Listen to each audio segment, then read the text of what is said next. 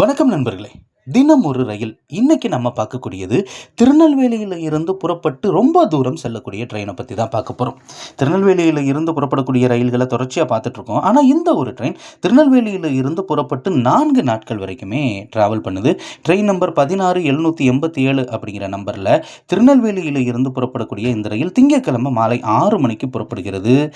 திங்கக்கிழமை கிளம்பக்கூடிய இந்த ரயில் செவ்வாய்க்கிழமை ஃபுல்லாக ட்ராவல் பண்ணி, புதன்கிழமை ஃபுல்லாக ட்ராவல் பண்ணி, வியாழக்கிழமை காலையில் 10:45 மணிக்கு காஷ்மீரில் இருக்கக்கூடிய ஸ்ரீ மாதா வைஷ்ணவ தேவி கட்ரா வரைக்கும் செல்லக்கூடிய ட்ரெயின்.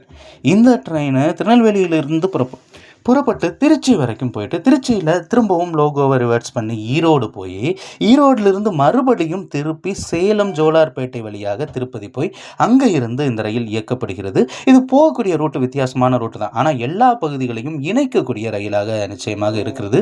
நியூ டெல்லி செல்பவர்களும் சரி, ஸ்ரீமாதா வைஷ்ணவ தேவி கட்ரா வரைக்கும் செல்லக்கூடிய பயணிகளும் இந்த ட்ரெயினை பயன்படுத்திட்டு இருக்கிறாங்க.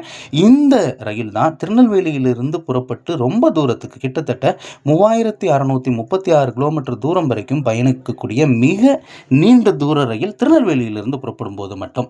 சரி, அடுத்த வீடியோவில் பார்ப்போம். அது வரைக்கும் நன்றி, வணக்கம்.